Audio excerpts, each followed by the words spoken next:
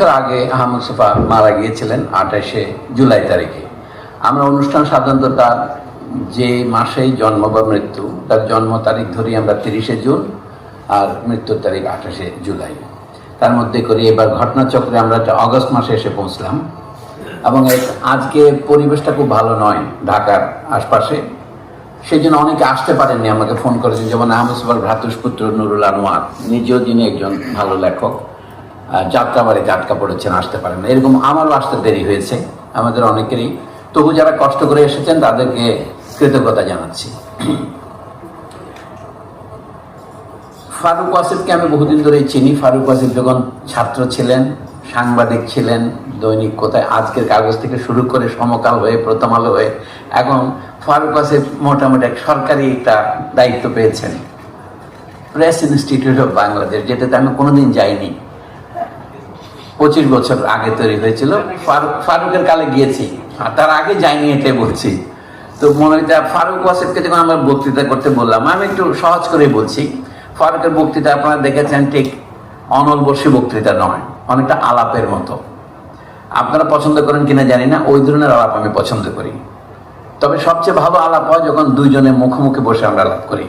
কিন্তু জনতার সামনে কথা বলতে গেলে এটা একটা বক্তৃতায় পর্যবসিত হয়, বলতে পারেন অধপতিত হয় বলতে পারেন। আমি বক্তৃতা করব না, নানা প্রশ্ন আসছে। তো ফারুক প্রথমে নাম দিয়েছিলেন, গোপন কথা ফাঁস করি, যে আহমদ মুস্তফার রাষ্ট্র এবং জুলাই গণ অভ্যুত্থানের পরিচয়। তো আবার তার মনে পরিবর্তন হলো, কবিদের যেটা হয়, পরে আবার বদলে ফেলে, বলে রাষ্ট্রের সাথে রাষ্ট্র বাসনা কথাটা লাগিয়ে দিলাম। আপনারা এখন বিচার করবেন যে আহমদ মুস্তফার বাসনাটা কি ছিল। সেটা আহমদ মুস্তফা হচ্ছেন একজন, আমি বলবো, কবি নজরুল ইসলাম গান লিখতেন, আহমদ মুস্তফা গানও লিখতে চেষ্টা করেছিলেন, কিন্তু চেষ্টা করলেও সব মিলিয়ে আহমদ মুস্তফার লেখাটা একটা কেন্দ্রের দিকে ধাবিত হয়েছে। সেটা আর কোনো ভালো শব্দ না পেয়ে আমরা রাষ্ট্র বলতেই পারি। তার 8টা বা 8.5টা উপন্যাসের খবর আমরা জানি, একটা শেষ করে যেতে পারেননি তিনি। আমরা সঙ্গীত সম্রাট বলে যাকে, আলাউদ্দিন খাঁর জীবনে নিয়ে তিনি একটা উপন্যাস লেখা শুরু করেছিলেন, 2 চ্যাপ্টার লেখার পরে তিনি মারা গিয়েছেন। এছাড়া তার 8টা উপন্যাস আছে, সবগুলির কেন্দ্রমুখ এই একই, বাংলাদেশ। তাকে জাতি বলেন আর রাষ্ট্রই বলেন। ফারুক একটা সুন্দর প্রশ্ন তুলে ধরেছে আমাদের সামনে, সেটা রাষ্ট্র শব্দের অর্থ হিন্দি আর বাংলায় এক নয়। হিন্দি যদিও আমাদের প্রতিবেশী ভাষা, আমাদের বাচ্চারাও টেলিভিশন দেখে হিন্দি ভাষা বোঝে, কিন্তু হিন্দি ভাষার রাষ্ট্র তাৎপর্যটা যদি আমরা বুঝি, হিন্দুস্তানে রাষ্ট্র মানে হচ্ছে জাতি। আমরা যেটাকে রাষ্ট্রভাষা বলি, এই জন্য তারা সেটাকে রাষ্ট্রভাষা বলে না, নাম দিয়েছে অফিসিয়াল ল্যাঙ্গুয়েজ। ওই কারণেই হিন্দুস্তানে যেমন রাষ্ট্রীয় স্বয়ংসেবক সংঘ মানে হচ্ছে জাতীয় স্বয়ংসেবক সংঘ। এটা আসছে কোথা থেকে? যেটাকে জার্মানিতে নাৎসি পার্টি বলি, সেটার মানেটা কি? পুরো দলটার নাম হচ্ছে জাতীয় শ্রমিক দল, ন্যাশনাল সোশ্যালিস্ট আরবাইটার্স পার্টি ডয়েচল্যান্ড, এটা পুরো নাম। ন্যাশনাল সোশ্যালিস্ট ওয়ার্কার্স পার্টি, ওই ন্যাশনাল কথাটা জার্মান ভাষায় নাৎসি উচ্চারণ, নয়তো আমরা নাৎসি পার্টি বলি। এইটাই হচ্ছে রাষ্ট্র কিন্তু হিন্দিতে, আর বাংলাদেশে এটা জাতি হয়েছে। আমি কথা তুললাম এই কারণে যে আমাদের আলোচনা সবসময় ভুল বোঝাবুঝির জন্ম দেয়, কারণ আমরা এক একটা শব্দ এক একজন এক এক অর্থে ব্যবহার করি। এটা হলো হিন্দি আর ভাষাক্রমে, বাংলার ভিতরে নানা ভাষা আছে, আঞ্চলিক আমরা একজন এক এক রকম অর্থে ব্যবহার করি। বিপ্লব আর ইনকিলাব ঠিক এক শব্দ নয়, জল আর পানি ঠিক এক শব্দ নয়।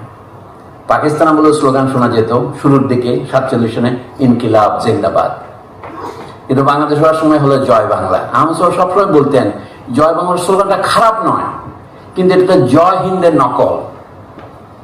আহমদ মুস্তফা বলছেন একটা বিপ্লবকে তার নতুন ভাষা আবিষ্কার করতে হয়, নতুন পোশাক আবিষ্কার করতে হয়, কিন্তু এখন জহর কোটের নাম যদি মুজিব কোট দেন, তাহলে এটার মধ্যে নতুনত্ব থাকে না। এই চিন্তা করার মতো লোক বাংলাদেশে আর দ্বিতীয় চিন্তাবিদ নিশ্চয়ই আছে। আমি দুর্ভাগ্য আমার সাথে পরিচয় হয়নি। আহমদ মুস্তফা কিভাবে চিন্তা করতেন, কোন ধরনের চিন্তা ছিলেন, আমি একটা সহজ প্রশ্ন দিয়ে শুরু করি আপনাদের সামনে। আহমদ মুস্তফাকে যে উন্মাদ বলেছেন, উন্মাদের মধ্যে উটটা বাদ দিলে বাকি থাকে মাদ, এটা ইংরেজিতে ম্যাড বলে আর কি, তাই না? উন্মাদ মানে বাইরের দিকে করে, আর ম্যাড শব্দের ইংরেজি একটা খারাপ অর্থ আছে, মিউচুয়ালি অ্যাসিওর্ড ডিস্ট্রাকশন। অ্যাটম বোমা নিয়ে যেটাকে আমরা ব্যালেন্স অফ টেরর বলি, আমার সব চিন্তার মধ্যে একটা ব্যালেন্স অফ টেরর ছিল, সেটা বলি। উনি এমন সব বিষয় নিয়ে চিন্তা করতেন যেটা আমরা বুঝতে অক্ষম। ফলে আমাদের তার সময় আমাদের জন্ম হয় নাই। আহমদ ছফা ধরেন দ্বাবিংশ বা ত্রয়োবিংশ শতাব্দীর চিন্তা করছেন, আমরা তো আছি ঊনবিংশ শতাব্দীতে, তাহলে এক চিন্তা হবে কি করে? তিনি একবার একটা প্রবন্ধ লিখলেন, আমি একদিন এদেশের প্রধানমন্ত্রী হব। বন্ধুরা নিশ্চয় হাসাহাসি করছেন, আহমদ ছফা কি করে প্রধানমন্ত্রী হবে? সেই যে কর্মসূচি তিনি প্রকাশ করেছিলেন, জানি না বিএনপি সেটা পড়েছে কিনা, এইটাও প্রায় 31 দফা। আমি আপনাদেরকে বলি, এটা খুঁজে পাই, একজন আমাকে পাঠাইছে, বলে আহমদ ছফার চিন্তাধারা দেখার জন্য এটা আপনি পড়ে দেখতে পারেন। তো একটু দেখাই, চিন্তাটা হচ্ছে এরকম। আহমদ ছফা বললেন বলে সাক্ষাৎকারের একটা বই আছে, তো সেখানে তিনি ওই সাক্ষাৎকার প্রবন্ধ আছে তার, কিন্তু ওই সাক্ষাৎকারে তিনি বলছেন, এটা ব্রাত্য রাইসু এবং সাজ্জাদ শরীফ বের করেছিলেন। আহমদ ছফা বললেন, কারণ সাজ্জাদ শরীফের একটা প্রিয় বই হচ্ছে, উনি নিজেই আমাকে বলেছেন, জরতুস্ত্র বললেন। এটা ফ্রেডারিক নিৎসের বই, বাংলা একাডেমি থেকে পাক আমলে বেরিয়েছিল, ওই নামটাকে তারা এখানে ব্যবহার করেছেন। 126 নম্বর পাতা উল্লেখ আছে, আহমদ ছফা বললেন, একদিন আমি এদেশের প্রধানমন্ত্রী হব। আপনারা ভাবলেন যে এটা তো খুব পাগলের কথা। ছফা আরো বললেন, যে সমস্ত মানুষ প্রধানমন্ত্রী হয়েছেন তাদের চাইতে কোনো অংশে আমার কম যোগ্যতা আছে, কেটে ফেললেও আমি মেনে নিতে পারবো না। আমার একটাই অযোগ্যতা, আমি অন্য প্রধানমন্ত্রীদের মতো গবেট, প্রতারক, সৎ এবং ক্ষমতা লোভী নই। তখন ছফা যদি প্রধানমন্ত্রী হতেন, তিনি বলছেন, তাহলে তিনি অনেকগুলো পদক্ষেপ নিতেন। এদিকে আমি আপনাদের দৃষ্টি আকর্ষণ করি, এই যে এই মন্তব্য যিনি লিখেছেন, তিনি বলছেন, আমার কাছে যে পদক্ষেপগুলো ভালো লেগেছে তার মধ্যে অন্যতম হলো এক, এইটাই আপনারা আলোচনা করেন আজকে। ছফা বলছেন, আমি বিশ্ববিদ্যালয় স্থাপনের বদলে দেশে মাধ্যমিক শিক্ষা প্রতিষ্ঠানগুলোকে শক্তিশালী করব। কলকারখানা বা মাঠে 1 বছর কাজ না করলে তাকে ডিগ্রি দেয়া বন্ধ করব। মাদ্রাসাগুলোতে আধুনিক কারিগরি শিক্ষা চালু করব। পণ প্রথাকে একটি মৃত্যুদণ্ডযোগ্য অপরাধ বলে গণ্য করব। আমার মন্ত্রিসভার সদস্যদের জন্য কোন ধরনের অনুষ্ঠানে বক্তৃতা করা একেবারে নিষিদ্ধ হবে, কারণ আমাদের সাংস্কৃতিক অবক্ষয়ের একটি প্রধান কারণ মন্ত্রীদের বক্তৃতা বিবৃতি। ফারুক তো মন্ত্রী হয়ে গেল। আচ্ছা, তারপরে বলি আমি আরো মাত্র এখানে 31 দফা আমি পড়বো না, আপনারা নিশ্চিত থাকেন। 5 নম্বর, আমি আমলাতন্ত্রকে ভেঙে খণ্ড খণ্ড করব, নতুন আমলা তৈরি করব যারা হবে জনগণের বন্ধু।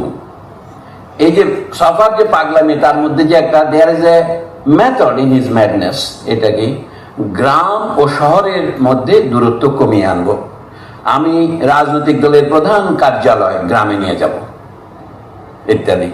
এতে বুঝতে পারছেন আমার ইঙ্গিত কোন দিকে। শুধু শিক্ষার কথাই ধরেন, আমরা সবাই এখন বিশ্ববিদ্যালয় করার প্রতিযোগিতা লেগে গিয়েছি, কিন্তু আমাদের দেশের সবচেয়ে অবহেলিত অংশ হচ্ছে মাধ্যমিক বিদ্যালয়। উনি ঠিক কথাটাই বলেছেন, কিন্তু ইউরোপের দেশের মাপকাঠিতে কথা বলা যদি অন্যায় না হয়, তাহলে আমি বলবো ওটাই প্রাথমিক বিদ্যালয়। যাকে আমরা প্রাথমিক বলি সেই 5 বছর, এবং যাকে আমরা মাধ্যমিক বলি সেই 5 বছর মিলে 10 বছর, এবং যাকে উচ্চ মাধ্যমিক বলি সেই 2 বছর। এই গোটা জিনিসটাই সারা পৃথিবীতে বুনিয়াদী বা প্রাথমিক শিক্ষা বলে গণ্য হয়। সেইটাকে যে আমরা অবহেলা করছি, এতে বোঝা যায় শিক্ষাটা আমাদের আসল লক্ষ্য নয়। কারণ আমাদের রোগটা কি, আমরা সবাই ইংরেজি মিডিয়াম করতে চাই। আপনারা বলেন যে ভদ্রলোকের এক কথা, আমি তো বাংলা মিডিয়াম ছাড়া কথা বলতে পারি না। তো কেন আমরা এত ইংরেজি মিডিয়াম প্রীতি হয়েছে? এর একটা নাম আছে, এর নাম হচ্ছে, ইংরেজিতে বলি এটা এলিয়েনেশন। এলিয়েন মানে হচ্ছে বিদেশি, আপনারা জানেন।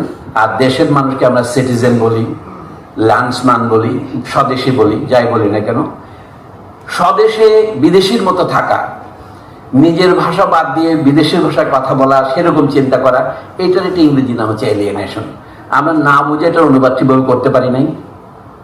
প্রয়োগগত শিবনারায়ণ রায় অনুবাদ করছেন পারক্য।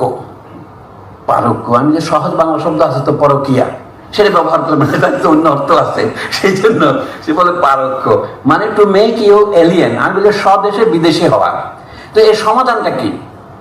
এর সমাধান হচ্ছে উল্টা ডিসএলিয়েনেশন করা। এটারই নাম ইমানসিপেশন। এটারই নাম লিবারেশন, এটারই নাম ফ্রিডম, যেটা আপনি দিতে চান।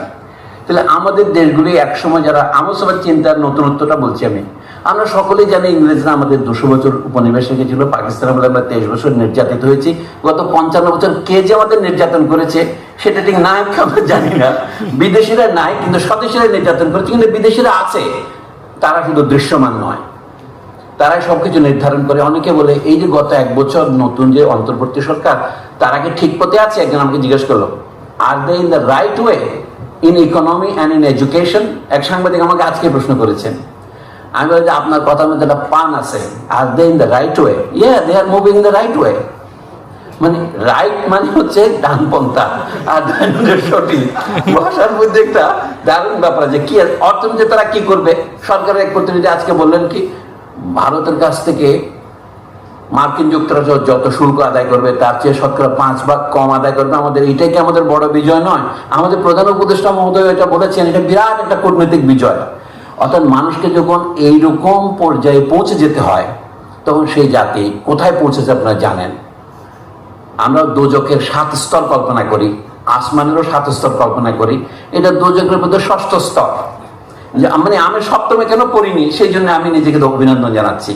আহমদ সাহেব এই জাতীয় চিন্তা থেকে এসে বলতেন, দেশটা আমার যদি নিজের হয় তাহলে আমাকে ভাবতে হবে আমাদের প্রধান সমস্যা কি। আমরা মনে করি আমাদের প্রধান সমস্যা আমরা একসময় পরাধীন ছিলাম ব্রিটিশের, এবং সেটা অস্বীকার করার কিছু নাই। এর কি সমস্যা? স্বদেশী আর বিদেশি, সাদা কালো চামড়া, আমাদেরকে তো কুলি আর নিগ্রোই বলতে ইংরেজরা।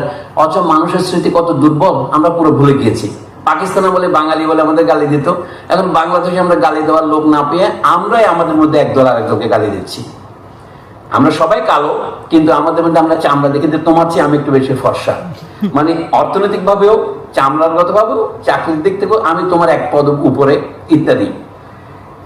এখন আহমদ সাহেব যে নতুন কথাটা বলছেন, বলছে কি আমরা পুরো সবাই আমাদের ইতিহাসকে শুধু ইংরেজ আমলে যদি সীমিত রাখি, তাহলে আমাদের সমস্যার গোড়ায় আমরা যেতে পারবো না। যখন আফ্রিকা থেকে লোক ধরে নিয়ে ইংরেজরা বিক্রি করলো, ডাচরা ফরাসিরা বিক্রি করলো আমেরিকায়, এটার নাম দাস ব্যবসা। এক সময় শিল্প বিপ্লবের পরে আস্তে আস্তে দাস ব্যবসা বন্ধ হলো, দাস প্রথা বন্ধ হলো, কারণ শিল্প শ্রমিকদের জন্য এখন আর দাস প্রথা অবশ্যই অপরিহার্য নয়। কিন্তু সেই দাস প্রথার অবশ্যই রয়ে গেল। প্রথমে যারা অর্থনৈতিকভাবে দুর্বল, তাদের গায়ের চামড়াও কালো, ফলে এখন অর্থনৈতিক দুর্বলতা এবং গায়ের চামড়া কালো হওয়া দুটো একাকার হয়ে গেল। এটা হচ্ছে ইউরোপীয় সমস্যা। ইউরোপে কোনো দেশ নাই যে দেশ বর্ণবাদী নয়। ফরাসিরা বলেন কি, একজন বিখ্যাত ফরাসি মনোবিশ্লেষক ছিলেন অক্টাভ মানুন, উনি বলতেন ফ্রান্স হচ্ছে ইউরোপের মধ্যে সবচেয়ে কম বর্ণবাদী দেশ। এই বছর যার বয়স 100 বছর হতে বেঁচে থাকলে, ফ্রান্স ফানো, তিনি ফরাসি একজন মনস্তত্ত্ববিদ এবং দার্শনিক। তিনি বললেন পৃথিবীতে কোনো এমন দেশ নেই যেটা অর্ধেক বর্ণবাদী। কোনো দেশ যদি বর্ণবাদী হলে পুরো বর্ণবাদী অথবা বর্ণবাদী নয়।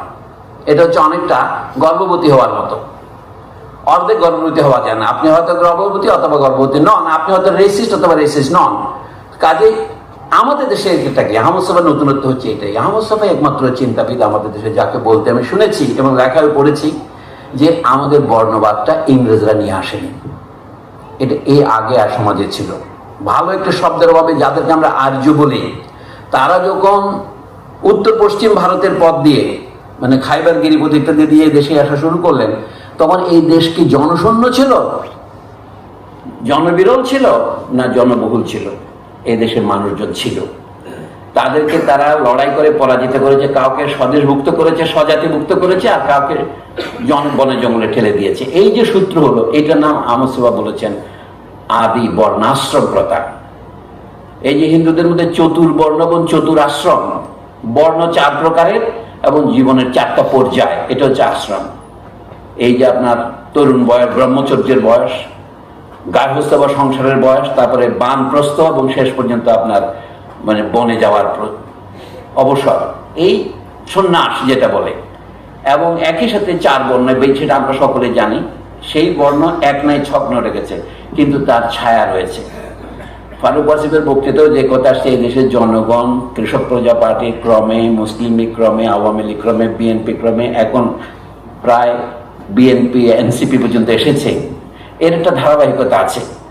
এটা হচ্ছে প্রজাদের মধ্যে নানা রকম মধ্যবিত্ত শ্রেণীর উদ্ভবের নানা রকমের, আমি বলবো আপনারা যে পছন্দ না করেন বিকাশ শব্দটা ব্যবহার করবে না, এটা এক ধরনের সৎকার যে নানা রাজনৈতিক দল উঠেছে। কিন্তু আদি সমস্যাটা যেটা আহমদ সাহেব দেখিয়েছেন